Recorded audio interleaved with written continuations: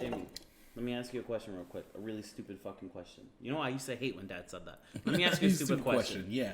Fuck you, dude. Let me ask you a stupid question, Jamie. Where's the intro and where's the music? You still haven't? No? No? Figure it out.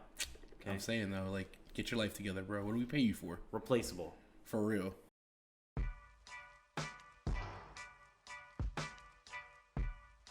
Cheers. Mm-hmm. No alcohol today. Yep. Probably no alcohol for a while. Yeah. On one of these podcasts. Yeah. To be honest. So, how was your weekend? It's fine. Yours? Yeah, it was good. What did I do this weekend? I don't think I really did anything. I streamed. Yeah. I streamed some video games. Yeah, I saw that. Other than that, nothing really much. Hung out with Sam's grandparents. Yeah. You guys did stuff because it was actually your wife's birthday. Yeah, it was Sam's birthday. So we took her out to the casino, hung out there. We were supposed to stay 2 nights only. I ended up staying 1 because it was just a total shit show. Like the whole way they had everything set up. Mm-hmm. The tables were all fucked up. They shouldn't be open. Yeah. At the end of the day, they shouldn't be open. Yeah, because you're sitting at a blackjack table that's meant for like 6 people. Yeah. But you're sitting there with 3 seats. Yeah, there's only 3 spots. So that fucking blows. Yeah.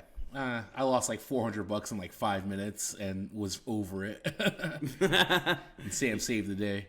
Yeah. Yeah, the last day Sam won like $500, $580. Yeah. Cha-ching. Yeah. Oh yeah, on that the slot machine, right? Yeah. The Monopoly or something. No, Wheel of Fortune. Yeah, Wheel of Fortune. Or the Wheel of Fortune. Yeah. She definitely hit it. Dude, lucky strike there. Holy shit.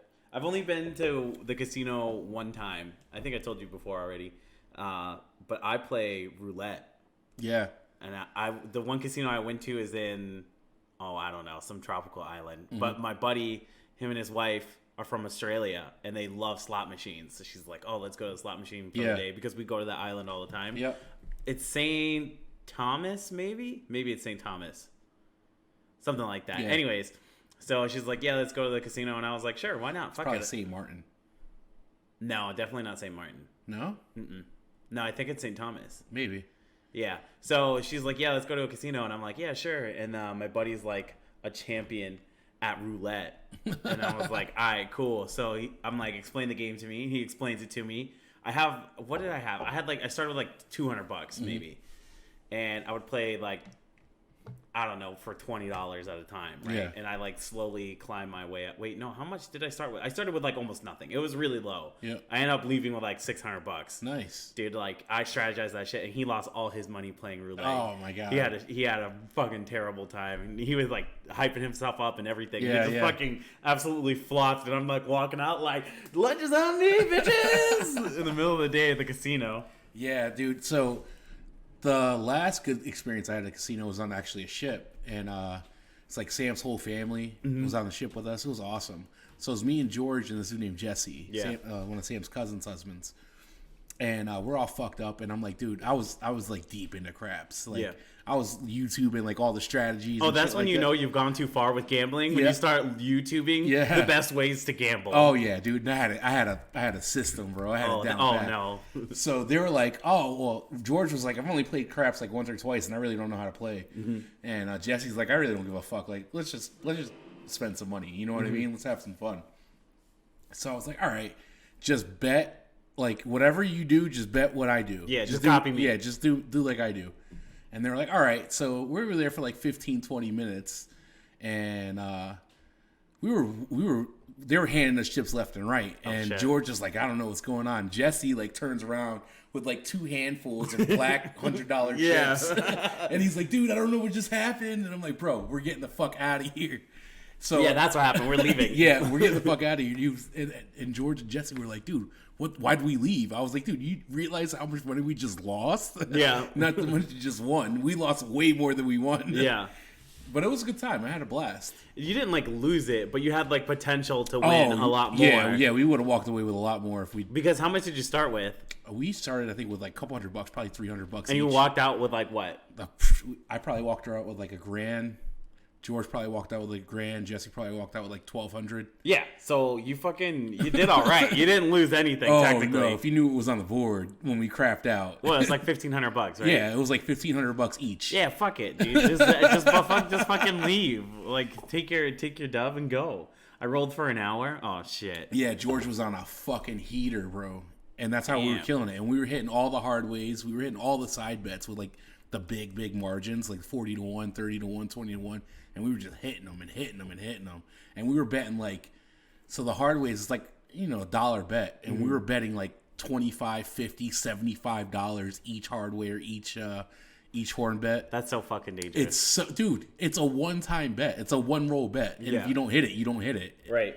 It was so crazy. We were hitting shit that we definitely had no business hitting. We were betting on shit that we had no business betting on, and it was paying off, bro. Damn. Yeah, it was awesome. I never made that much money at the casino, but when I did go to the casino, I was sitting next to a guy at one of the slot machines. Can't remember which slot machine it was. It was one of these massive digital ones. Yep. Right? And I'm just sitting there, and I'm like goofing around with like my dollar bets. I'm like, ooh, this is so fun. Money, ooh, gambling. Dude, I used to stay on the penny slots, bro. Dude, so I was like, you know, doing my thing. I was like $1.75 up, you know, really feeling myself. Yep. You know? And and buddy next to me, he's like, hey, bro, I'm going to go to the bathroom. Can you watch my machine for me? And I was like, I guess. I mean, I think the responsible thing to do is take your little piece of paper and go to the bathroom. Yeah, but little sure, slip. Yeah. For sure. I guess you have a system and you don't want to ruin it. Or maybe this motherfucker's testing me because out of curiosity, I looked at what he had going on the machine and he had like $12,500. Jesus on Christ. The machine. US? Yeah. That's fucking ridiculous. I was like this close. Yeah. I was this close to being like, fuck this shit, I'm leaving. Yeah, print it, cash out, and bounce. Yeah, like, the fuck you mean, boy? Like, I'm not even going to cash it out today. I'm just going to take the piece of paper and go. And then next time when I come here next week, because hopefully you don't live here, I'm going to cash out. Yeah. Someone would be super salty. Yep. What would you do if he was on your ship? Oh, my God. Imagine he sees me. Yes. You fucking piece of shit. Oh, shit. Yes, that'd be horrible. Horrible. Instant karma. That's the shit. What is he going to do, though? But that's some shit that would happen to me. Like, I'd feel like an asshole for taking it for one. I'm not saying that I would. No, I never would take it. No, but my luck is he'd be on the ship for the whole week with me. Or I'm working and he comes to drop his kid off. Yeah. And I'm like, oh, hi, how are you? Dude, that would have been... This belongs to you. Yeah. Hey, you dropped this. Anyway, so I want to really like talk about today was like part of our childhood, and a big part of our childhood was definitely video games and movies. Dude, big time. Like hardcore. Like at one point, we had rented every single horror film. Yeah.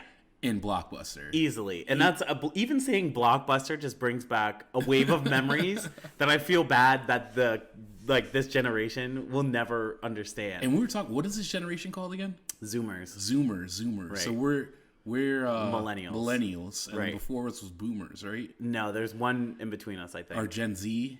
Who's Gen Z? I don't or Gen know. X? I don't fucking know. Scam says no. No, what do you mean no? You can't just say no and then not give us any fucking context. For real, dog. Dude, I love Blockbusters. Are you old enough to even know what Blockbusters is? Because Blockbusters shut down when we were still kids. Yeah. I think there's still one Blockbuster in like Alaska. What? I think it's the last of the Mohicans, bro. I bet they have that movie too. Yeah, they probably do. No, but Blockbuster was the shit. That was like so. When we were growing up, we didn't get to go out much. Like, we didn't do shit. Go out much. We didn't go out at all. No, we were just trapped in the house. So I worked. I would do like odd jobs and shit like that, and like mow lawns and shit for money.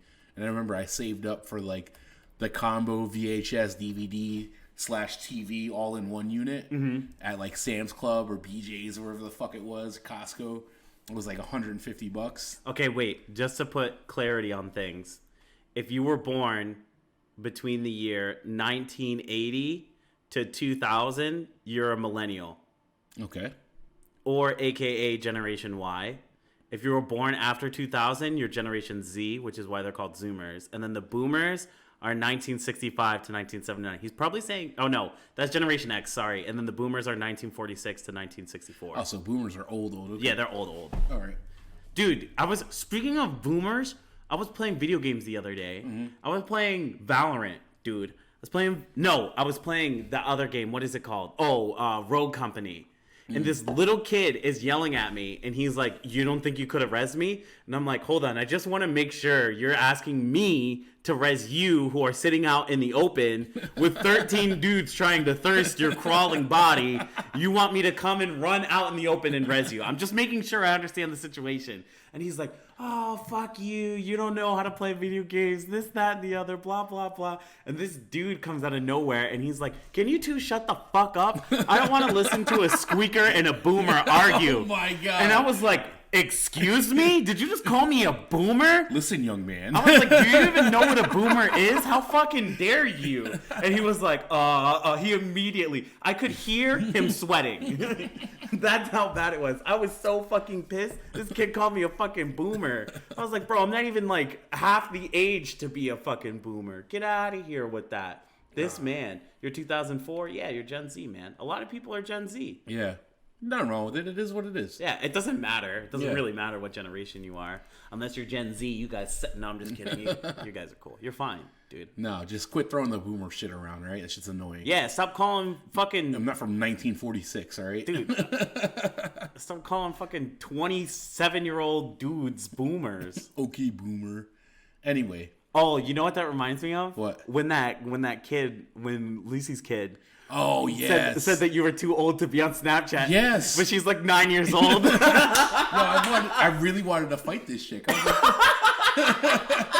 I've never wanted to fight a little kid so bad in my life. She was like, oh, you're too old to be on Snapchat.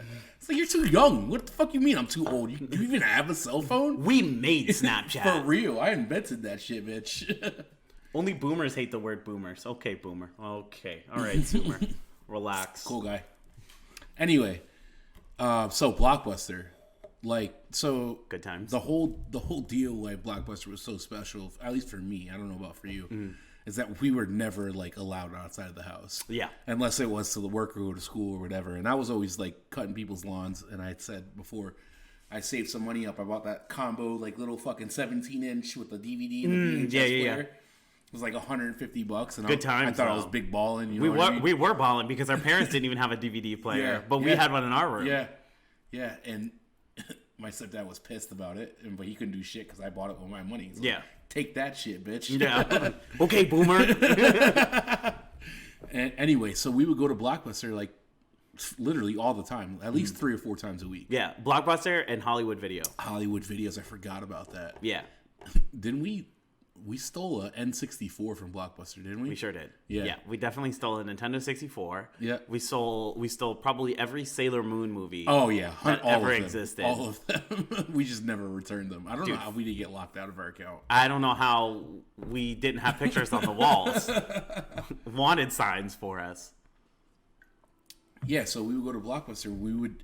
It literally got to the point where we saw everything, and I was just like, I got obsessed at one point with just like horror movies, and we went down this spiral of all these shitty, terrible horror movies. Horrible movies. We picked up even the ones, because we had VHSs, like really old ones, of like movies that I don't even think you could find anymore. Probably not. And we just had so many. We had like a collection of VHSs with really shitty horror films in them. And I actually enjoyed them. Among them was that one with Keanu Reeves. Which one's that? It's a really old one. On the cover was like a zombified looking older guy. Oh my God, what was that movie called? Dude, I don't know. It actually became really popular at one point, but like way after it had come out. Man. Keanu Reeves. Yeah, Jamie, look that up. All right. Fucking do it. So that's where I discovered the zombie genre, though. Like, around that time, 28 Days Later, it came out. Dude, I was just going to say that when that movie came out. Dude, when I watched that movie, bro, that shit changed my life. Like, that instantly, it completely changed the zombie genre. It forever. really did. And like horror in general. Because like the idea of zombies was always that they were like slow and that they were like really like decrepit and shit like that. And it broke people that. Still couldn't fucking outrun them. Yeah, but it broke the barrier of the limits of horror films. Yeah. You know, like I don't know, it made people think like, oh shit, it is okay to go outside the box with horror movies. Yep. I think like that, making horror movies from the perspective of the killer, became a thing too. Hannibal Lecter. Yeah. Like when Hannibal Lecter came out, like for me, I consider Hannibal Lecter a horror film. Yeah. I think that's fucking terrifying. It's like a psychological. Yeah, it's like thriller. a psycho thriller. Yeah. But still, I consider that a horror. And for me, when that came out, that fucking really changed shit. Yeah. Shit that didn't go well out of the horror genre that was experimental was the combination. Yeah, for real. The combos were so bad, with the exception of the first Alien versus Predator. Oh, yeah. The first Alien versus Predator was actually pretty good. Yeah, that was a good one. But like Freddy Krueger versus Jason. Yeah, no. That was so bad. No. That was a fucking terrible First of all, movie. one is only in your nightmares, and the one is in real life. So how do you get those two together? Yeah, this motherfucker had to put Jason to sleep. Exactly. You can't even fucking catch Jason. Now you're gonna put him to sleep. Yeah, you're gonna let this man. you're gonna try and battle this man within his own imagination. Okay. Yeah. Good luck with that, buddy. Let me know how that one goes. Okay, boomer. Okay, exactly. Really. Oh, I think it was Constantine. Constantine, dude, that movie where he's like fighting demons and shit. Yeah, that movie was amazing. That was such a good movie. That's such a good movie, bro. Really good. Honestly, that kind of movie also changed the horror film genre. Yeah, because it was a horror film, but it was an action film. Yeah. Like it was a horror film that made it okay to be still badass. Like you could be bad as fuck because there weren't really movies like that. Other than, in my opinion, the only other one really badass was Van Helsing. Van Helsing was like the only badass in a horror film. But that's more like that's like a comic book. Like there's so many spin-offs of Van Helsing. Like that story's so old, you know what I mean? It's been there's so many different like variations of Van Helsing. You know what I'm saying? There's comic books versions of it. That's like one of those stories and characters that can be like malleable, you know what I mean? Because there's even versions of like Van Helsing where he's like shitty. Yeah. Where he's like a shitty monster hunter. I think in it's not a horror film, I know it's a kid's film, but Hotel Transylvania. Yep. Van Helsing is fucking terrible. Yeah. Like he can never catch anything, even though they're all right in front of him. And like, I don't know. I don't really like. I think when you fuck with certain horror films too much, it kind of like kills it for me. Well, look with Walking Dead. Walking Dead was a huge phenomenon. I was a giant fan until like season 4, and I was like, "Oh, this fucking show." Like, it started going in a weird direction. Yeah, it's like you can only do it so much, and it actually like be interesting. Mm-hmm. It's the end of the fucking world. Like at the end of the day, there's only so much you can do. Right. There's only so much you can do with the movies and stuff of like in the shows of those in that genre. Yeah. I think the end of the world thing is always really complicated because it always turns into like man versus man. Yep. In the end. And I mean I get where that comes from, but I'm bored of seeing that. Yeah. Like I get it. Like that's realistically that's probably what would happen. Rabbit hole real quick. You know where that whole theory comes out of? So it was this dude, I forget his name, and I'm gonna butcher the theory. Are you talking about please tell me you're talking about the radio show. No. Okay, no. I have a good one after this. So there's a scientist, he did a study in the 70s and the 80s. It was like a 10 or 15 year study with mice. So he made this mouse utopia, right? Okay. And locked them in there, and it ended up being it was like a social experiment, right? You know what I mean? Because mice like react. They're social animals, and they react the same ways that people do. Mm-hmm. So he locked all these mice in, and it just turned into like within so many years, it just turned into chaos and like cannibalism and like tribalism and all this crazy shit. And he wrote all these books about it, and translated it into like what would happen if it was people. And it was brutal. I forget. I wish I knew what it was called because it's such an interesting theory. Yeah. And it correlates so well. You know what I mean? Yeah, I think the idea of just a lot of people argue like, oh, you can't compare like mice to people because they're completely different species. But I think the point is that they're also living beings. Yeah. Like, I think a lot of people forget that when they think about like the social experiments that are done with animals. Yep. And that they forget about the morality of the animal being a living being, right? It's like, it's alive and it will respond like a living being. Yeah. Maybe not exactly like a human because it's not going to pick up a fucking axe and murder its wife in the night. No, but it'll chew its fucking sister's head off and eat it. Right. It'll have a similar like living being response. Yeah. And I think it's only fair in like an experiment like that to think about that. But I do want to play devil's advocate with that. Do we think that people will get to this kind of point? Like, I will play the other side though. And like, out of curiosity, well, here's the thing. Your instincts to survive are way stronger than your humanity. At some point, your humanity is going to go to the side, and your survival instinct is going to kick in. Right. And it comes down to the fight or flight. You know, I either do this and live, or I do this and die.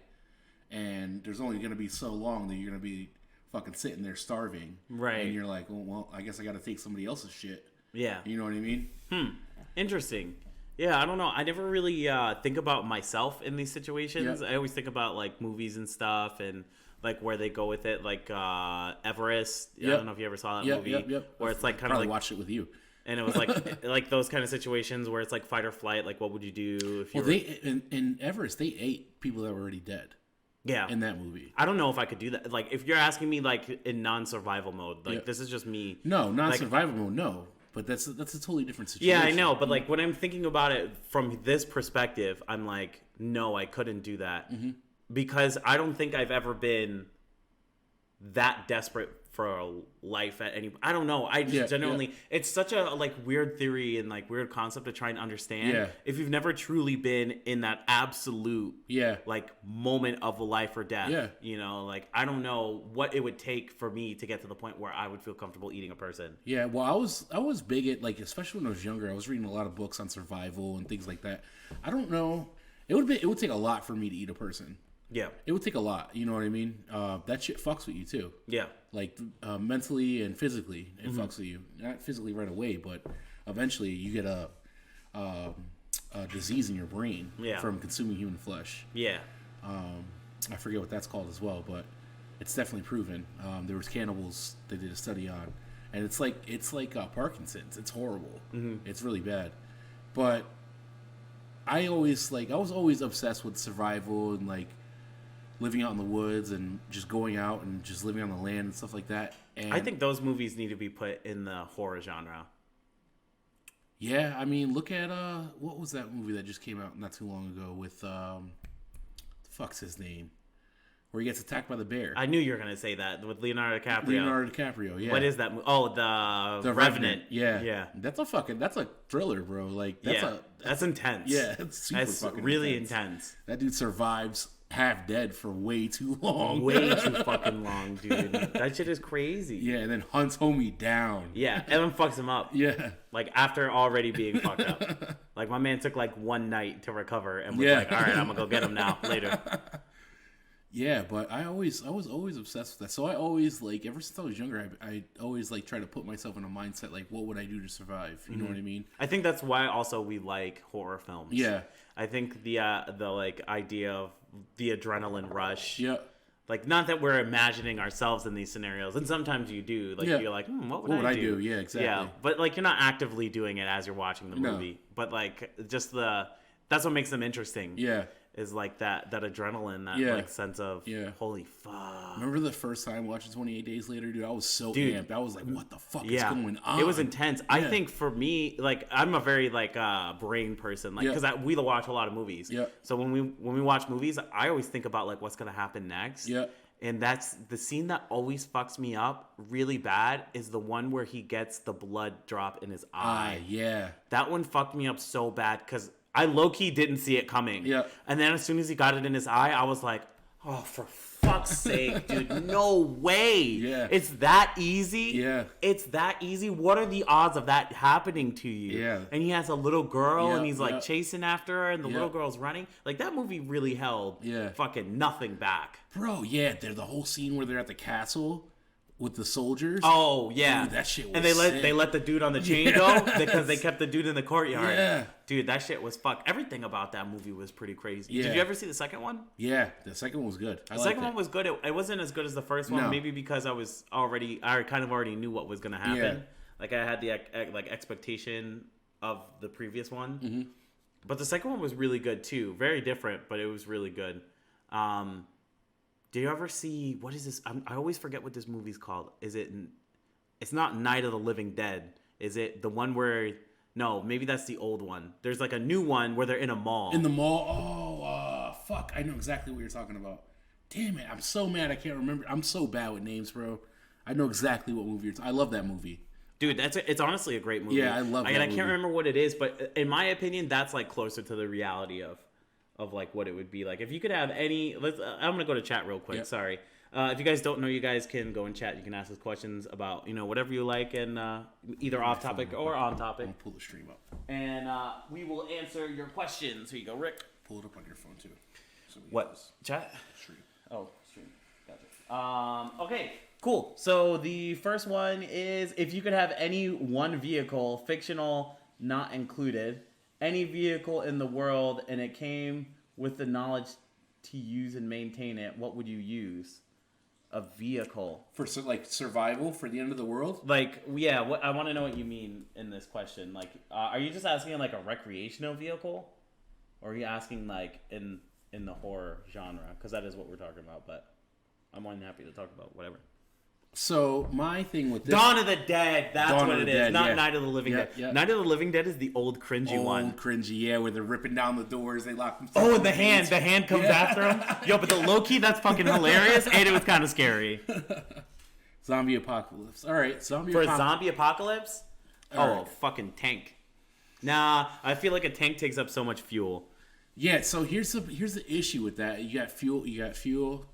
The problem is with tanks, you can run pretty much any kind of fuel. You can run kerosene. There's certain tanks you can run, like, they're multi-purpose. Mm-hmm. So there's multi-fuel sources. So you run gasoline, diesel, jet fuel, kerosene. I don't know if I said that already, but mine would probably be a dirt bike. Oh, no. I can't do that. Because if I fuck up one time, that's it.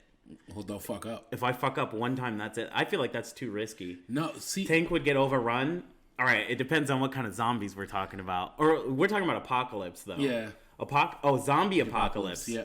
Okay, are we talking like 28 days later apocalypse? I'll be right back. I gotta use the bathroom. Sorry. Okay, this man has got the bladder of a fucking gerbil.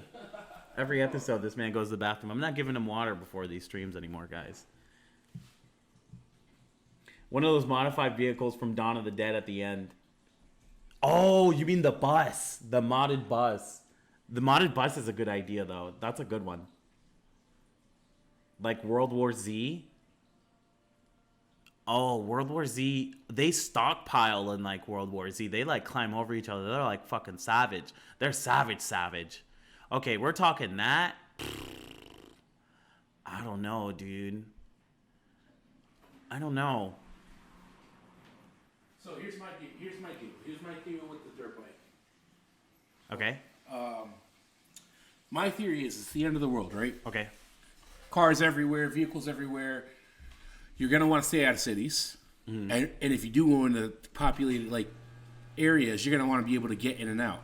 So you can't maneuver most vehicles in between other vehicles. Right. You can't maneuver most vehicles through the woods. Mm-hmm. Dirt bike, dude, you can fucking just zoom through there. No, I got one, bro. Okay. The modified bulldozer.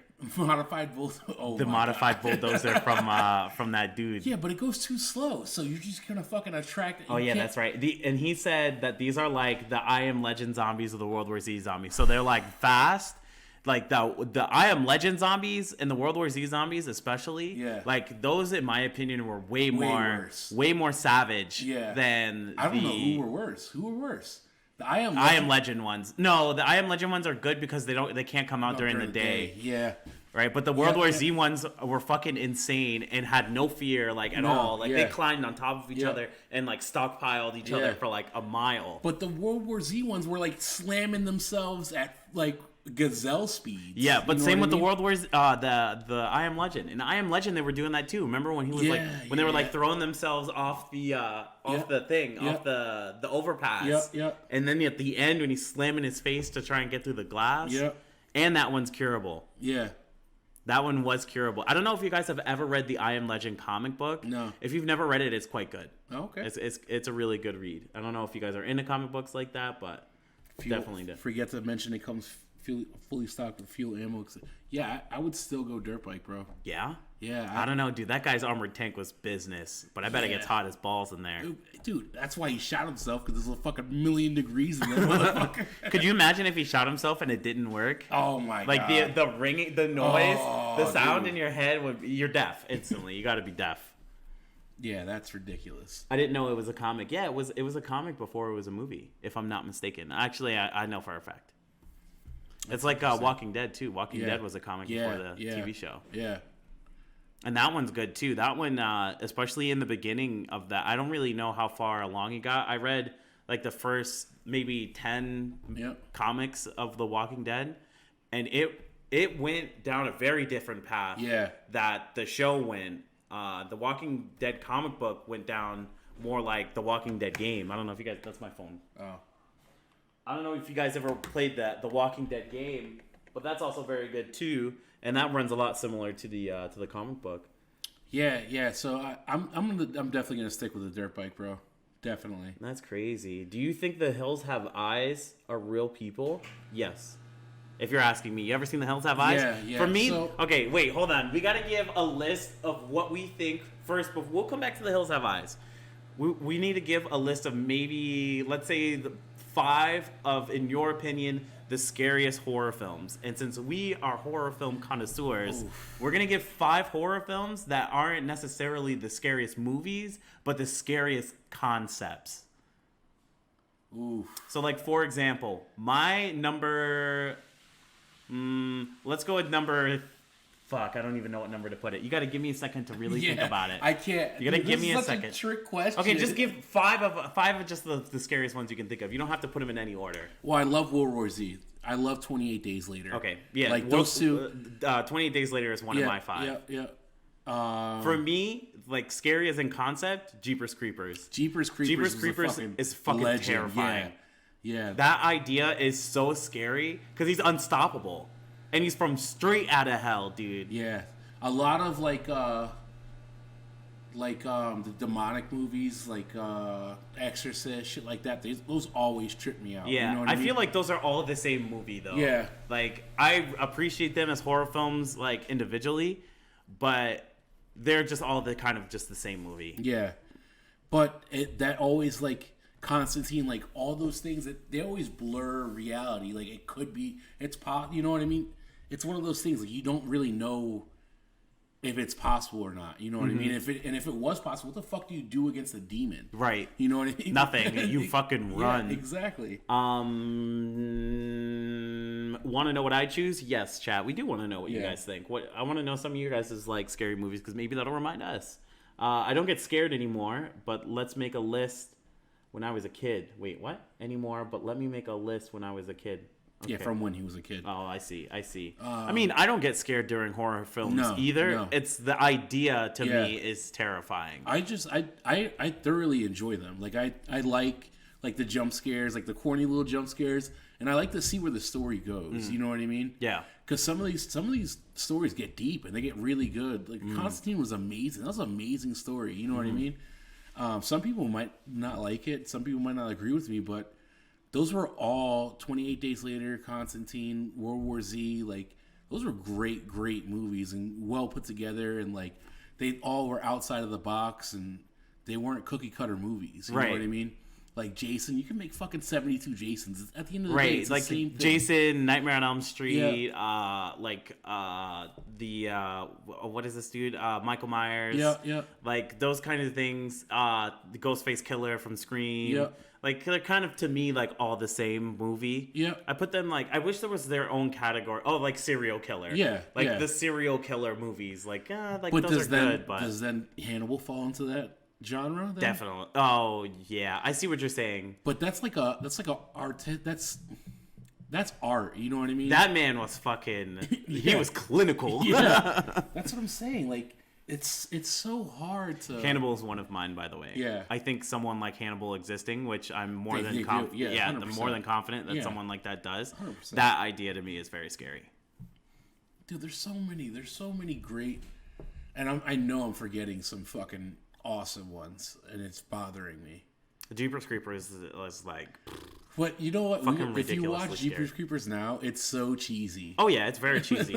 And even then, it didn't scare me. Like the movie itself is cheesy, But the idea of yeah, it was very. Some fucking dude running you down in the middle of nowhere. In the middle of fucking nowhere. Nothing That's you can what do, that's yeah. what scares the shit out of me. Okay, all right. So here's another one.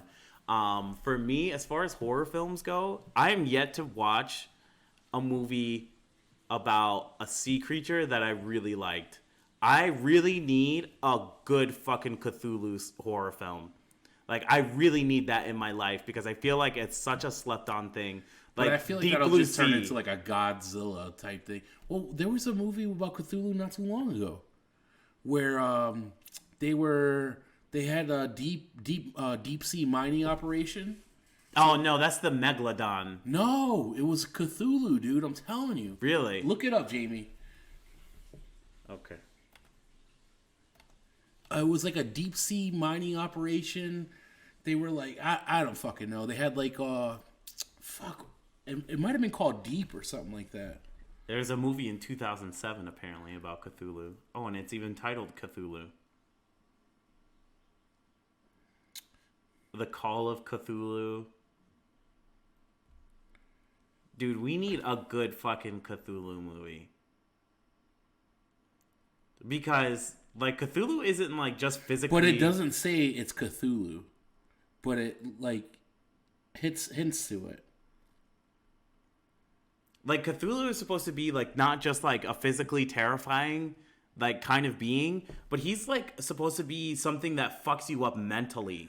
Like, it's supposed to, like, he's supposed to, like, what's the word? Is it telepathic? Yeah. Like, telepathically fucking ruin you and send you into madness. It was if they with made the a movie chick- like that, bro, it would be... It was- bet nowadays that shit would be It was fire. with the chick from the movie with the sparkling vampires. No way. Yeah, she was in it. No way. Yes. Okay, 1, The Ring. 2, The Grudge. 3, Paranormal Activity. You gotta give me which one though. Ooh, 'Cause Blair Witch Project. Oh, son. dude, the Blair Witch Blair Project. Witch That Project. movie's fucking scary. That okay, movie Blair Witch scared me. Project. Okay, and then my last one is The Hills Have Eyes. I think fucking hillbillies like Yeah. that scare the shit out of me. Yeah. But like the idea of hillbillies, the idea of Hannibal Lecter, the Blair Witch Project, those like kinds of movies are low key also the same movies. Yeah. Like these ideas of that they're, I don't know, like this. It's almost like supernatural people. It's called Underwater. Underwater. Now I'm gonna have to watch this movie. Bro.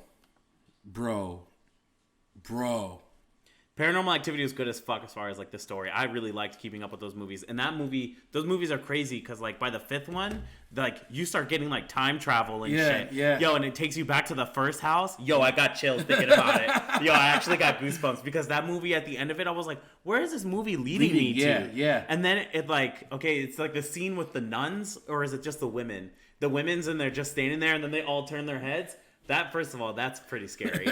Second, and then they go into that room and it's from the first one. From the first one, yeah. I was like, And it all tied together. Oh, that's Yo, crazy. what's that show that's on Netflix that's trippy as fuck? Oh, Black Mirror? Black Mirror, bro. Yeah, dude. Black Mirror touched on some crazy shit. Dude, I feel like a lot of those episodes are going to come true. Yeah, I feel like we're currently living an episode of fucking Black Mirror. That shit's crazy. From 2006. Deep Sea, you said? Underwater. Oh, what the fuck am I talking about? I don't know. Underwater. The movie. 2020. What? Oh, no. Yo, stop listening to me. The government's here. 7 miles below the ocean's surface, something has awakened. Oh, man. Yes, bro. Dude. We're going to watch that tonight. We're going to have to... It came out It's already? been out. Yeah, I watched it already. Oh, was it good? It was all right. Did they go fucking crazy? Okay, don't tell me anything.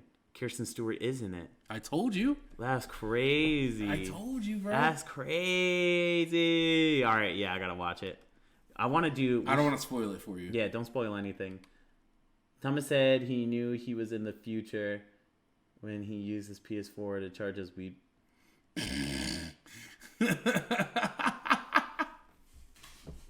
You get a haircut? Yeah, I cut my hair. Dude, your PC's coming in. Congratulations, by the way. It's definitely a fucking life-changing moment when you finally get a PC. Definitely. Okay, so speaking of Kirsten Stewart, so Kirsten Stewart and Robert Pattinson are both in the new Batman film. Kirsten, what is her name? Kirsten what? Don't say Kirsten Dunst. I almost said Kirsten Dunst. Can you imagine? No, I didn't, but I was pretty close. Kirsten Stewart is her name. That's right. Kirsten Stewart is playing Catwoman, and Robert Pattinson is playing the Batman. All right. Okay, first off, I'm going to give it a chance, though. I'm low-key going to give it a chance because I'm interested. Because I don't think Kirsten Stewart is that bad. I think she's a little plain to be playing Catwoman because it's quite a big personality. I think she's great for a horror film, though. All right. Well, this movie's going to fucking suck. You think so? I'm going to tell you that right now. It might not. It might be lit. All right. They picked the two scrawniest fucking white people they could find. Yo, but Robert Pattinson's beefed up. I'll pull up a picture for you. He beefed up for this. All right. I got to see it. Of course, because he's in Hollywood, though. But he's still a sparkling fucking rainbow vampire, in my opinion. I mean, there's a trailer, boys. Hold on, I gotta see this trailer. I'm sorry you guys can't watch with us, but it is what it is. I'll put the link in chat so you guys can read it as we look at this fucking ad from Raid Shadow Legends. I don't know about you guys, but I am absolutely sick of AFK Arena ads. Oh, 100%. Full screen that bitch. Nah, look at him. Look at that scrawny little fucking white boy. Shh, let me... Okay, this is cringy so far. And the pearls break. Oh, yeah. Every fucking... Oh, yeah, that's how they break this time? Not because he snatched them? No, that's from the comic book, though. Look how skinny that dude is.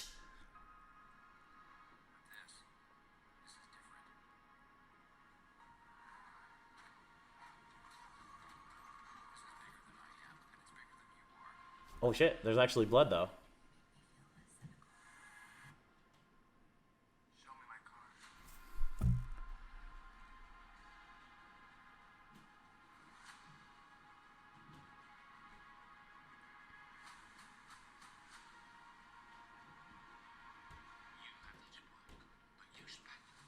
Oh, they brought this dude back? Oh, it's Alfred? Yeah. Oh, that He's the looks best. dope. Oh, wait. Oh, no, this can't be real. That's not real. This is not real. This is like a bunch of shit from different movies. This is from the last Batman movie. Yo, but if... Oh, it's movie concept. Bruh, that shit had me mad hype because I do have a fan theory, right? Of here's what they could do to redeem this movie. And hear me out. A lot of people aren't going to like hearing this. I think this movie could actually be good if they make Robert Pattinson the Batman from Batman Beyond. Did you ever watch Batman Beyond as a kid? I've seen all of them, but so Batman Beyond is it's not a movie. It's a kids show. It was the kids show. So Batman Beyond was Batman in the future. And that the old Batman was teaching a new Batman how to be Batman essentially. And that the Joker was actually, and this is really deep, and that the Joker was actually Jason Todd, the first Robin, because in the comic book, Jason kills the Joker. and then he loses his mind, and then the Joker kills him, and then the Joker comes back from the dead. But the reality of it... He kills the Joker, loses his mind, and the Joker kills him. So what happens is that the Joker doesn't come back from the dead, and he doesn't kill Jason. Jason loses his mind and imagines the Joker kills him, and then he becomes the Joker. Okay. So what they could do with this movie, which by the way is why that new fucking movie with what's his face, with the new Harley Quinn and where this guy plays Joker. Yeah. The reason why he has the J on his chest and he has like all the gold teeth and the cars and shit, and he acts like a young kid, but Batman's old, is because it's Jason. The J doesn't stand for Joker. It's Jason. It's not the Joker. So check this out. So how does Harley Quinn fit there? I don't fucking know, man. I don't have all the answers. It was a shitty movie. I liked it. I was a fan. I liked it. I just thought it was different. It was different. I'll give it to them. I liked it. You know what I mean? It was different, but they took like too many things that didn't make sense. Then they tried the Birds of Prey thing, and it's like, okay, well, you can't really do the Justice League and then the Birds of Prey because then the Black Canary is supposed to be training the Justice League. It just the timelines didn't match up. Yeah. Anyways, and then Harley Quinn also is supposed to be a whole separate scenario. Harley Quinn's supposed to be long gone. There's no Poison Ivy. There's no Bane. A lot of things are wrong in this scenario. Anyways, we're going to pretend like that didn't exist. The way they can fix this movie and make it dope is if they bring back the guy who played the old school Batman. What is his name? Oh my God. What is his name? What is his name, guys? It's going to kill me. It's going to kill me. Old Batman. What is his name? I can't believe I've forgotten it. He's like a classic. Michael Keaton. Michael Keaton was one of the best Batman ever. Great if they bring Michael Keaton as old Bruce Wayne, training the new Batman, that would be dope. Yeah, that would make me really into that fucking movie. Is Michael Keaton still alive? Yeah. Yeah. Don't scare me like that. Why would you ask me a question like that? Because I don't know. I'm genuinely concerned and curious. That's a really fucking rude question. I gotta ask. I'm sensitive about certain... he said, I choose an aircraft carrier as my vehicle. Plenty of room to hold survivors. Come fully stocked, so there's are many aircraft and boats to use scavenge missions. Also, most aircraft carriers are nuclear powered. That's a good one. Okay, we talked about only real vehicles. You know what I want as my vehicle? The fucking space machine that apparently we found years ago, like fucking 10 years ago, that the government has locked the up. UFO? Yeah, that they told us that they had. That nobody knows how to use? Yeah, that they've been trying to like back reverse engineer? Yeah, they've been trying to reverse engineer that shit. No, Michael Keaton's alive. Don't fucking do that to me. I'm trying to reverse engineer that shit. That's what I want. Let me get it. That's why, so you can look at it. How do you fucking fly it? They haven't figured it out. Well, he said that it comes with the knowledge of knowing how to use it. Oh, okay. So, there you go. Boom. Intergalactic. And since none of us know what it does, that shit does whatever I say it does. All right, solid. He said I'd reverse engineer the shit out of it. Yeah. How do you think we got cell phones? Yeah, I still think like the advancement of like technology all of a sudden in like between like 2005. Not even from 1990, from like 1980 something, probably 85 until 2020. Like huge leaps and jumps. Here's why though I think it began like somewhere probably around 2005 is because most of the technology like was pretty generally very similar. Mm-hmm. I think like the cell phone was big, but like the cell phones that we have now, because the old cell phones were more like radios. They and like you didn't have like a SIM card or anything like that. Like SIM cards and microchips and shit like that. I think that's when something had gotten reverse engineered, in my opinion. Look, I don't want to get too into conspiracy theories, but it's just like that point on. Like even ways you listen to music, like 8-tracks, cassettes, like all that shit was kind of the same, and then like CDs. Dude, are we still streaming? Because my internet says out. No, we're still on. All right. I can see it on my end. I'm trying to look up what year the Sidekick came out. Remember those phones? Yeah. 2011. The Sidekick was the shit. That was 2011? Yeah. The Sidekick? Yeah. No. In 2011, the iPhone was out. The iPhone 1. was already out. The Sidekick was like 2008. Let's see. Right, chat? I'm not crazy, right? 2011 there was definitely already iPhones, smartphones. That's what I'm saying. 2002. So 2002. The Sidekick? Yeah. Oh, wow. Yeah. So that's what I'm saying, dude. I remember like cheap cell phones were all those Nokias, but that had to be what? 03?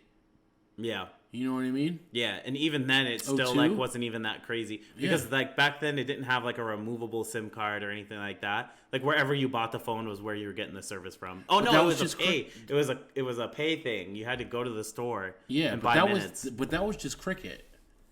That was everything for the. No, the Sprint. You had a SIM card with Sprint. The SIM cards were you always had. They always had SIM cards. Like the Sidekicks had SIM cards. Oh, okay. Back then, that's when phones definitely had SIM cards, and you could just switch your provider. Yeah. With the swapping out your SIM. Yeah, for me, that's like the first like beginning of advancing technology. Like the first computer, for instance, like they played fucking Pong for years on the first computer. Well, think about it though. Think about when the like cell phone first came out to 2002. Let's see what year cell phones came out.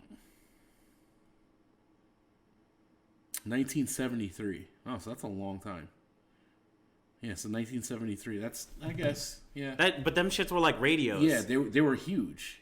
And then like once the Nokia, like the brick phone came out, then you had the BlackBerry, the Sidekick. That's when shit like took off. So yeah, around 2002, 2003, 2004, like that area is when shit got out of control. Yeah, they just iPhones, fucking started blasting away. But isn't that shit fucking crazy, it's bro? It's crazy how much that shit blows my mind. Yeah. But everything got like that kind of crazy. Yeah, computers, internet. Dude, speaking of computers, all right, we're kind of gonna sidetrack. Do you remember when online gaming first became a thing? No. My first like experience with online gaming, like when I first really got into it, was probably PlayStation 3. Yeah. I mean, that's when it kind of got popular. Yeah. I think PlayStation 2 had an option to play games online, but it was really limited. It was LAN. You had like, you could do Oh, yeah, you had to do like LAN parties. That's right. Yeah. Dude, remember? Oh, okay, maybe not, but CS was like the famous LAN party one. Yeah. But PS3 and the Xbox 360? Yeah. That was the shit. Yeah. Dude, that was when like the internet... Modern Warfare 2, that was the wild west of the internet. That's exactly what I was going to say. That shit had no holds bars on that bitch. It was straight toxic. Absolute fucking chaos, toxic lobbies, bro. It was just people yelling at each other, racial slurs, like death threats. Yeah, I'll fucking kill you. What's your address? That's my favorite one. Tell me where you live. I will come there and I will fucking make you eat your own testicles. Modern Warfare 2, bro. That was my shit. MW2 for me, my shit out of Call of Duty was MW3. Yeah. I was saucy at MW3. Yeah. I was raw. That and Black Ops 2. I didn't mess with Black Ops 1 because I was in college and we didn't have internet. Yeah. But Black Ops. Okay, the first Zombies, by the way. Yeah. Oh yeah. Was classic. It's still the best zombie map in my opinion. Me and Nicholas used to fucking just be on that for hours. Dude, hours, it's so fun. Bro. Running around in fucking circles, hitting the box. Dude, me and my boys, we used to try and find glitch spots. Yeah. So we would find spots where your entire team could stand and the zombies would hit an invisible wall. Yep. And we had so many of those. Like on the original map, if you went like up the stairs and like to the very back corner, I think there's like a Tommy gun that spawns there. You could lay right under it, and for whatever reason, the zombies couldn't cross like this barrier. Dude, those were fucking good times. The N-bomb was dropped on Modern Warfare 2 lobbies once every 8 seconds. Yeah, probably even more frequently than that. Jeez. MW2 was when people went sick during the release game nights at GameStop. Dude, for me, it was Halo. Yeah. Nah, Halo 3, I stayed... I was in another weird circumstance. I wasn't at home. We'll talk about that story another day. But I stayed up like 24 hours waiting for Halo 3 to come out. Dude. And that was when I was doing like the baby dick MLG tournaments. The baby dick. On Halo 2. Because I was raw at Halo 2. I think if I go back to Halo 2 now, like give me 10 minutes, and then you won't be able to kill me anymore. Yeah, if depending on the maps. Yeah. Like if you put me on, what is this map called? Midship, I think it is. If you put me on midship and it's like 4v4, I'm probably not gonna die. I'm probably just gonna fucking just keep playing power weapons and rotate through them until the game's over. Unless it's CTF, where I'll probably die because I get greedy. I was insane at that game. But that's when I really got into what's that game mode? Search and Destroy. Oh, dude, that's where you meet the real toxicity. Yeah, that's where you meet the sweats, son. Yeah, and the dirtbags. Yeah, that's where the real dirtbags live. Dude, I used to run into people that would just they would try to join the other team and shoot where your location was, so their teammates on the other team knew where you were. Bro, shitty. You want to talk about wanting to murder someone? Yeah, that's what they would do. It just got so toxic, but I loved it, dude. Just the tactical nature of it, working as a team. When Team Tactical came out, that was my shit. Yeah, I was just going to say Team Tactical is the best. I wish that... Wait, are MLG tournaments in Team Tactical format? Are they still 4v4? They were. I don't know about now. I think they still might be. I like 4v4 better than 6v6. Yeah. I know it's supposed to be casual and to lessen the weight of the servers because if every lobby's 4v4, that's a lot of lobbies. Yeah. But still, games would be so much more fun if they were all 4v4. Yeah. The 6v6 is too much to coordinate. It gets chaotic. Remember the 1v1? No, I really don't. Dude, I wish I had my old clan buddies. My old clan buddies, if they were here, they'd vouch for me. But I used to fucking run around and just knife people. Yeah. And I was unkillable, and people didn't get it. They were like, how the fuck are you so good with the knives and the throwing knives? Oh, ninja diffusing. That's when I played Search Hardcore. Yeah. I knew every single spot where you could hide, and no one would even notice. You just look like foliage. There was all kinds of fucking sweaty strats, bro. Dude, on Black Ops 2, there's a technique where if you go to defuse the bomb and you spin around, the bomb doesn't make the noise of you picking it up. Oh my god. So I used to do that all the time, and that's how I got all my diffuses. And when people are watching me, they're like, why is he spinning around like that? It's because they can't hear me. Yeah. They can't hear me diffusing. Dude, it was the best, man. Game battles, Game battles were fun as fuck. Yeah. I remember I brought a couple buddies of mine from a clan. They'd never done a game battle before. And I brought them to do a Call of Duty Ghost one. Yep. And they got absolutely fucking mollywopped, dude. And they were like, I don't even want to play this game anymore. Call of Duty Ghost is the worst one of them all. I'm like, dude, you just lost one game battle. Chill. I'm like, no, this is Call of Duty. It's not me. This COD sucks. The maps are terrible. The guns aren't even cool. It's like, I don't know, dude. Low key, though, Call of Duty Ghost was my fucking favorite. Yeah. Dude, I remember playing casuals in Modern Warfare 2. One Man Army Pro, Danger Close, Noob Tube. On MW2? Oh, yeah, that's scummy. That's a scumbag play right there. Yeah, I did that shit just for fun. That's so grimy. Have you ever seen that clip of that dude getting the nuke in 4 seconds? 4 seconds, yeah. That's just crazy. He just fucking shoots a couple noob tubes and then swaps and shoots a couple more. He kills the whole lobby. He drops a nuke. Yeah, I was that guy. No, that was fun. Dude, I hacked Modern Warfare 2. So I was 10 prestige, level 70, 2 weeks into the game. Oh, really? Yes. Dude, someone boosted me. So I kept mine on the emblem that has... Oh, was it MW2? Is MW2 the one with the snake, with the purple snake as one of the emblems? It probably, I'm sure. I can't remember which one it was. Maybe that was Black Ops 2, actually, now that I'm really thinking about it. It could be. But on Black Ops 2, I played, as a throwback event for my clan buddies when I was in a clan. And we joined a random lobby. We played Dom all the time. That was our thing. So we joined this domination lobby. I get 1 kill, and I was always the 7th prestige, max leveled 7th prestige because I like the emblem. Yep. I got a kill, and it put me at 10th. It put me at master. Oh, that prestige master. I was like, what the fuck is this? And then on the screen it says you're welcome, and then game over, and everyone's max prestige. And my boys are like, oh, fuck yeah, I have all the guns and everything. And I'm like, fuck this shit, I want my fucking emblem back. I stayed on that for so long. No, my shit was, me and Nicholas, we used to play Capture the Flag all the time. Oh, yeah? Dude, and me and him, we would just take turns just capping the flag, and it would get so toxic. Because we would just run through kids, and kids would be trying to get kill streaks and shit. Mm-hmm. All of a sudden, we cap 5 flags, and we're just camping our flag, and they can't do shit. Yeah, that's the best though. When you've like capped so many times that the other team is like just standing around. I'm like, let me see if there's any cool like fucking tomahawk spots. Yeah, start doing dumb shit. Yeah, taking trick shots, jumping off the fucking ledge. Yeah. Fucking sniper versus sniper, quick scoping. Dude, my buddy Ariel's if you want to see some fucking insanity, that kid literally no life sniping on Call of Duty. It wasn't even fun. Yeah. We're all walking around with SMGs and ARs, and he's just like bang, bang, bang, picking people off with the intervention. I'm like, dude, what the fuck? Yeah, dude, some people were so dirty with that. I was never really that great. I loved that game, and I put a lot of hours into it, so I was decent, but I wasn't like a god at that game. Yeah. You know what I mean? I had my ups and downs. Yeah. It just depended on like which Call of Duty it was and what I had going on with my life. But there was one point where I was actually nutty. Yeah. I was nutty at Call of Duty, and I really had something going. I just didn't have like a way to get there. You know what I mean? Scam used to get fucking wasted and play that game. Oh yeah. Oh my god, he was so toxic, dude. He made so many kids cry. So many kids cry. So many. He would fucking he was hilarious, bro. He would just talk so much shit.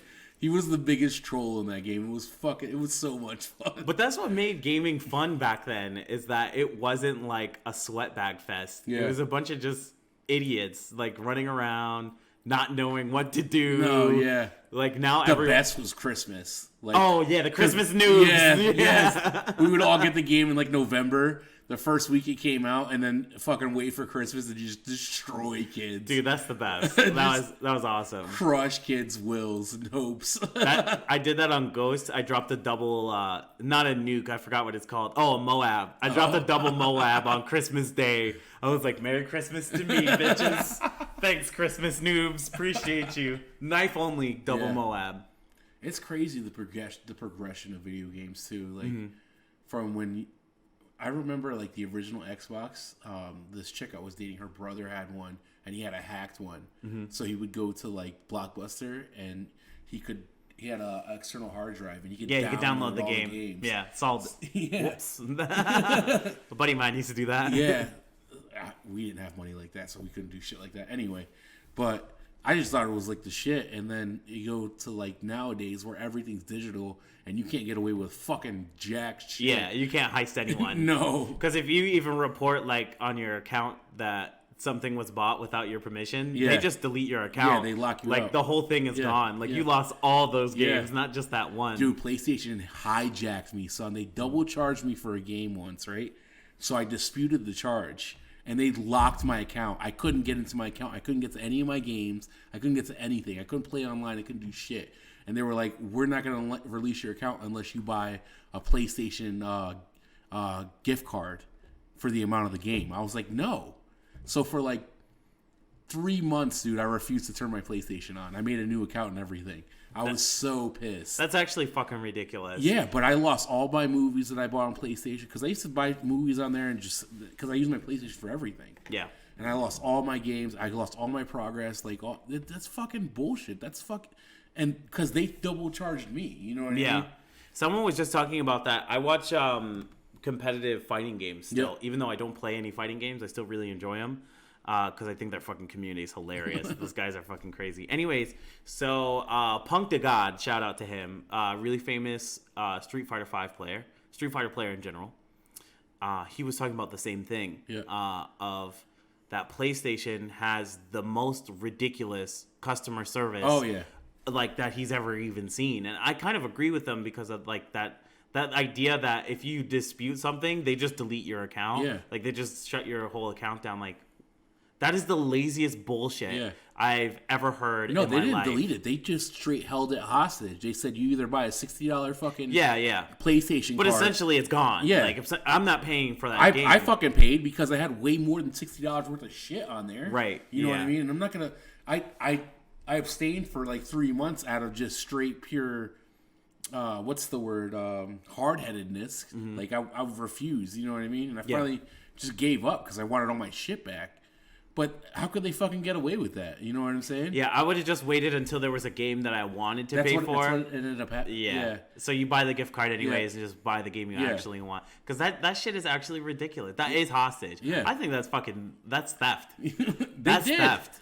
They got me twice for $60. Yeah. You know what I'm saying? They got you 3 times, Three times, really. They got you 3 times. Because you didn't get your money back. No. So you just ended up spending...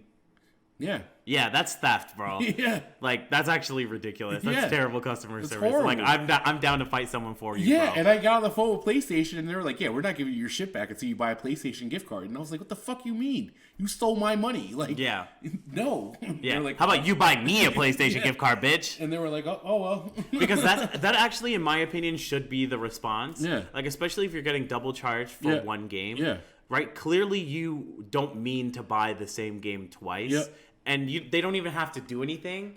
All they have to do is see that you've been charged twice. They don't need to take anything from you. No. It's just give. All right. Okay. Cool. Here's $60 for the fucking PlayStation Store. Yeah. You're not getting $60 cash. It's $60 for the PlayStation Store. So they're still not even losing out on money. Oh, dude, I fucking robbed Fortnite.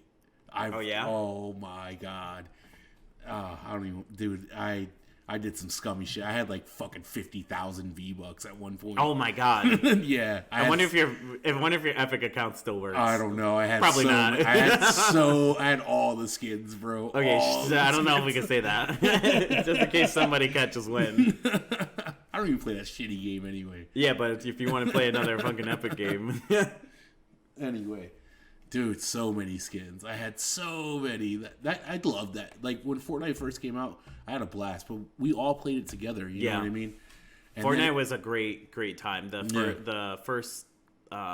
beginning of Fortnite. Yeah. The beginning of Fortnite was probably one of the best. Yeah. One of the best times I had playing video games in maybe over a decade. Yeah.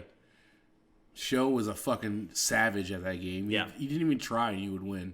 He did not give a fuck. Rhiney was like extra sweaty at it. Yeah, that's how me, Ivan, and Ariels used to be like that. Yeah. We'd like be not even trying, just goofing around, doing trick shots, and we like win games. Yeah, Show would just be like, I'm bored of this. Like, yeah, that's what happened with me and Ghost. Eventually, we got bored, and then I left for work. I came back, and he was like, "Dude, you know what we should do? We should play Fortnite for the good times." And I was like, "Yeah, let's do it. Like the old, the boat times." Yeah. I'm old Greg, and he's like, "All right, let's do it, old Greg."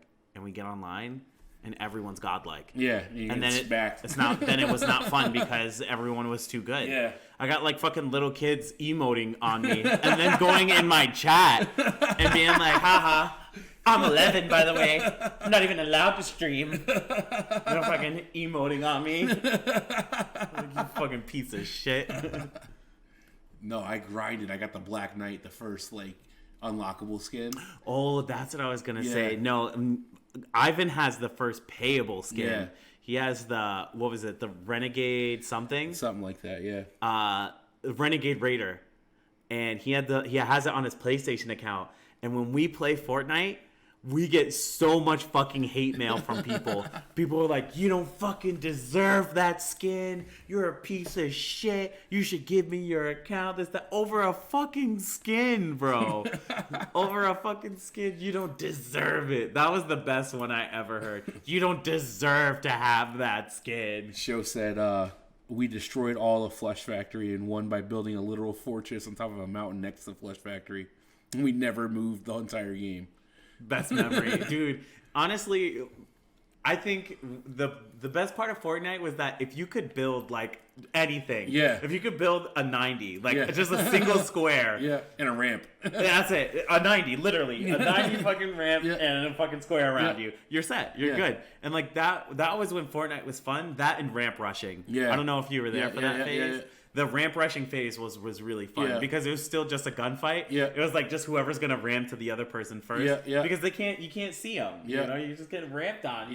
Okay, I'm fucked. No, we would just like, come here, boy! We would loot. We get a bunch of shit, and then we would go to like the highest point where we thought the circle was gonna end, and build up there and just camp that shit. I got killed by Booga 2-1 match. Look, I haven't even played. When I played Fortnite, Booga was not anything. He wasn't even on the map. Yeah, Rhiney was hardcore into it. The double pumps. That was an amazing phase. Yeah. Everyone hated double pumps, but I'm like, you're just trash. I was just not good at it. Yeah, that's all it is. It's just you're just bad at it. And it wasn't even like that complicated of a mechanic. No, it's just I was never really that great. I was never good at that game to begin with. I mean, I played for fun and whatever. I just wish it stayed fun. Yeah. Like it was just a fun game. Yeah. Like I hate that it went to a point where it was so competitive. Yeah. Like now you don't even have to go anywhere to do the tournaments. The tournaments are on the game. Yeah. I kind of like fell off when it came to video games. Like after Modern Warfare 2, like I just like, and it got to the point where, especially with a lot of my friends, like they played so much so often, and like they would play all night and shit like that, and like I couldn't keep up, and I was getting past like in skill way faster. Yeah, you know what I mean. That's actually something I wanted to bring up with you, and I think it's something that a lot of people are starting to feel nowadays, and people are gonna call me a boomer for this. But there is like this thing coming up. I think they're calling it gamer fatigue. Yeah. Where it feels like now games are too hard to play anymore. Oh, who was it? I think I saw it on Twitter. Someone posted a video of Fall Guys. I think all of us have seen Fall Guys at this point, and they're playing the game Hexagon. If you don't know what it is, Hexagon is maybe 100 hexagons, right? And there's layers, like 100, like maybe 6 layers, right? And if you stand on the block, if you walk on it, the block disappears. So the clip is this guy, he loses, and he's watching, just spectating the last couple people. Mm-hmm. And it lasts like another 5 minutes after he had already died. And he's like, how have people gotten good at a fucking party game? Like, how is this even fun anymore? You know, and I think I've noticed that as well, that games are now starting at a higher skill peak than games like 10 years ago or whatever before. Remember Modern Warfare 2? Like, everyone was kind of Bambi. If you go back and watch those old videos now, it would actually make your skin crawl because every one of us was really bad. Terrible aim. Movement wasn't good, whatever. But as time went on, you know, from then on, people would join games and already be pretty fucking good. Mm-hmm. You know, like imagine back in the day what some of the best players were like Shroud. Mm-hmm. Imagine him the first time he played CSGO. You know, it wouldn't be anything like the way he plays now. No. But there's not many players like that anymore that pick up a game and start like where Shroud was when he first played CSGO. A lot of people are picking up games and they're starting at much higher skill levels. Oh, yeah, I get what you're saying. Yeah. But a lot of it is the game mechanics, too, the fluid mechanics in the game. So it makes it easier to do things that you want to do. Mm-hmm. Like Modern Warfare 2, the mechanics were clunky, you know what I mean? They weren't as smooth as, let's say, like the movements that they are now in Apex and games like that, where you can do a lot of crazy shit. You can ramp your fucking your ADS speeds and all your movement speeds, your axis speeds way up and do insane shit. Yeah. You know what I mean? And like Apex, where you have all these abilities and all these movements that you can do that you wouldn't be able to do in a game from 10 years ago or 5 Right. Oh, yeah, I know what you're saying. Like, you can fine-tune things to make them similar to what you already know as far as, like, the mechanical skill. But do you think that the skill level in general of players that are picking up a game for the first time is higher than it used to be? Or do you think that it's just like the optical illusion? I think it's an illusion because there's more people that have access to the same technology that we do. Mm-hmm. Like when PlayStation, let's say when these consoles first come out, it's very limited numbers, and how many people when the games first come out, it's very limited numbers, right? So especially pay to play games. So like if a game's $60, like let's say it has a huge drop, but still that's only a couple, 10 million people maybe, if that, you know what I mean? And that sounds like a lot, but when you think about how many people play Apex on a daily basis, or Fortnite or whatever, it's insane. Right. And so you have a lot more people playing a game than normally because it's free, right? So, and then people play this game all the time because they like it, whatever. And you're getting kids that have a better hand-eye coordination because they've been playing video games since they were tiny, you know what I mean? Playing games on their phone, parents' phone, whatever. And, like, I didn't have that luxury as a kid, you know what I mean? I feel like people are more advanced when it comes to, getting like on video games and stuff like that. Definitely, because we grow up around it. We grow up with technology. Like we definitely grew up with technology in a different way than I did. You know what I'm saying? Like our first video game, like we had Super Mario World, Super Nintendo, yeah. Yoshi's and that Island. shit was mad clunky. You know what I mean? And that game was fucking raw though. Oh yeah. 100%. But if you watch someone speed run that game now, it'd blow your mind. Oh, I get it done in like 10 minutes, not even. I think it might start becoming a problem with video games. I feel like there's going to be a gap eventually of people who don't feel like video games are fun because there aren't fun video games anymore. It's hard to play a game. Like, when was the last time you played a game and you're like, oh, I'm just playing for fun, and you're not playing to win? You know what I mean? I don't think anybody plays a game not to win. I mean, unless you're playing like a survival game, but winning is surviving. You know what I mean? Right. So there's not too many games that you just play to play. You know what I mean? I don't know of any really. Yeah, it's hard to think of a game nowadays that you play for fun. I'll tell you right now, I used to play fucking Guitar Hero for fun. Yeah, but I wasn't playing to win. I played playing to like hit achievements and like. I just thought the music. No, I mean, to like get better in skill. But I was playing because I thought the music was awesome. Yeah. Like the pretty colors, whatever. Yeah. Same thing with Beat Halo, Saber though. and shit like that, like VR. But Halo, I wasn't thinking about when I first started playing. I didn't even think about like, oh, how do I compare to other people? I was just like, oh, I just want to have fun, run around and fucking pick up some cool shit, and stuff like that. Which is kind of like how I was with Fortnite when Fortnite came out, right? Like, oh, I just want to run around and see if I can find something. Yeah. Oh, let me just try and beat this dude up with my axe, and shit like that. No, I do dumb shit like that all the time just because I get bored. But like, because you're bored though. Yeah. But I think a lot of people's initial thing is to be like the first to be the best, like the first pro, Yeah. I think that is going to ruin video games, I think, in my opinion, for an entire generation. Well, that all like coincides with streaming. Like, people want to become professional gamers.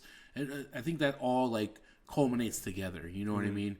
So you want to be a YouTube star, you want to be a Twitch star. The pop star of this day. Yeah. So I think a lot of people try really hard and grind really hard at these games to try to get to a certain level, and they don't realize that it's a very, very, very, very small percentage of people that are actually successful and can make a living playing video games. Yeah. And it sucks because everybody wants to fucking do that.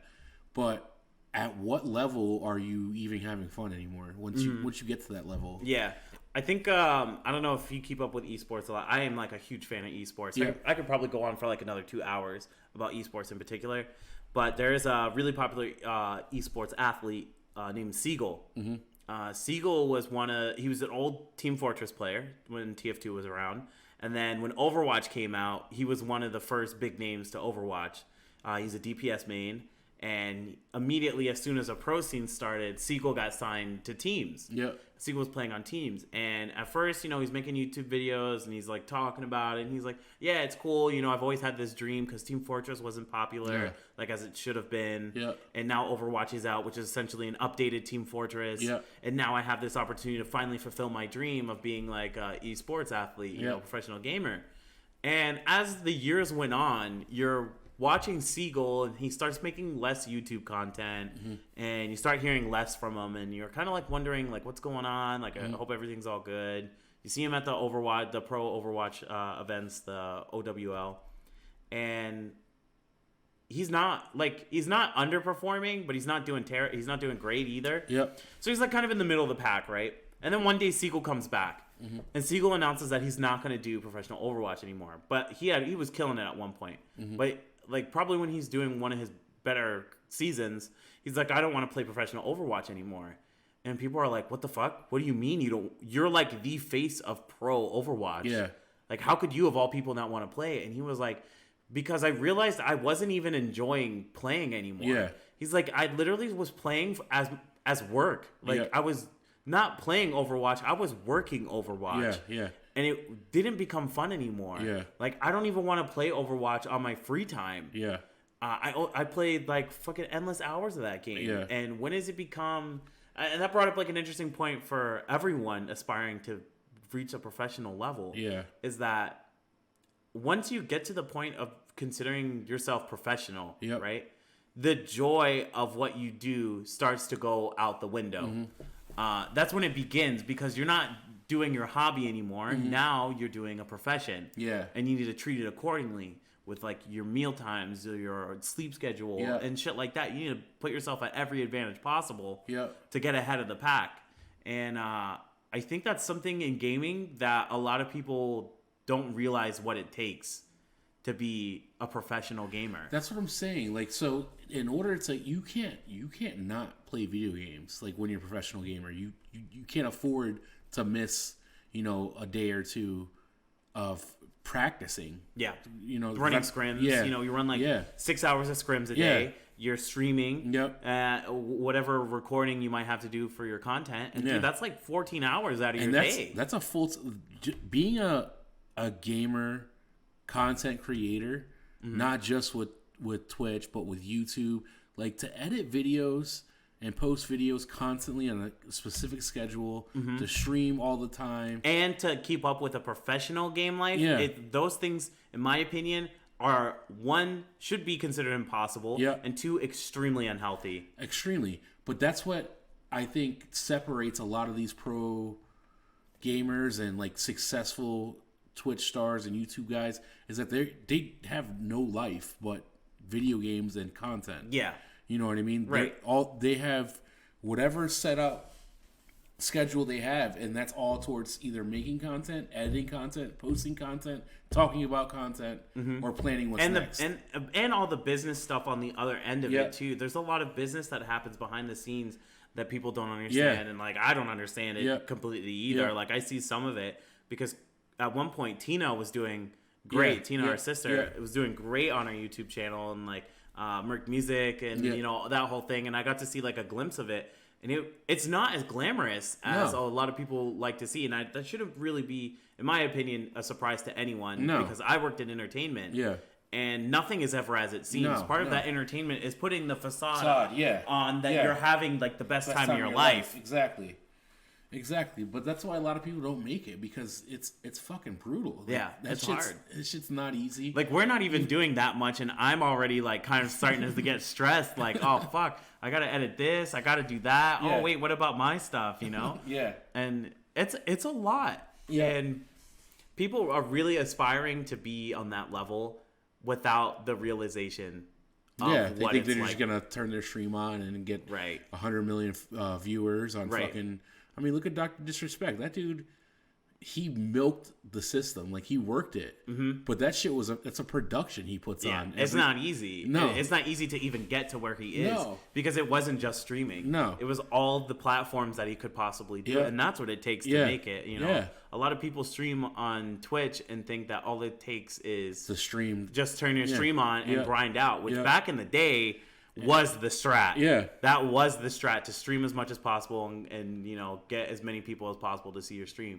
But now that doesn't work anymore. You have to it's so saturated. Stream like a couple hours. And then edit a video. And then go on Twitter and goof around on Twitter and like make interesting content for people to see there. Make your merch, make your pages, as visibly pleasing, and the whole business part of it. Post clips on YouTube. The whole business share them on part Facebook and commentary and all this other nonsense. All of it, it takes a lot. Branding yourself. People don't understand what that even means. Like what it truly means. To make a brand of yourself. That shit is hard. Like when you hear someone's name, like let's take Doc. When you hear Dr. Disrespect, what color do you think? Red and black. Red and black. You know how hard that is to engrave that in someone else's brain? That when you hear Dr. Disrespect, you think red and black, sunglasses, mullet, and a mustache. This man, that shit was not an easy journey. No. And a lot of people don't know what it takes, man. No, definitely. That shit's hard. So props to anyone out there who's made it. I give shout outs to all of them, because a lot of us have a dream of doing something like that. And we're going to start another podcast in the near future about like small business and entrepreneurship. That kind of thing. It's not going to be like a business stream where it's so serious. We're going to have to put our suits on. No, we're going to talk about like the shit that me and Nico do. Like Nico's done a lot more like business oriented things than me. Mine have mostly been revolved around the dance scene. And we may have maybe a person or two to show up on the episode. Yeah. We're still thinking about guests. Yeah. Who we want to bring on. Definitely. Topics we want to cover. Yeah, definitely. There's a lot of different avenues we're exploring right now. Mm-hmm. I'm excited. Yeah, I'm really pumped. We're trying to make YouTube channel, a Facebook channel.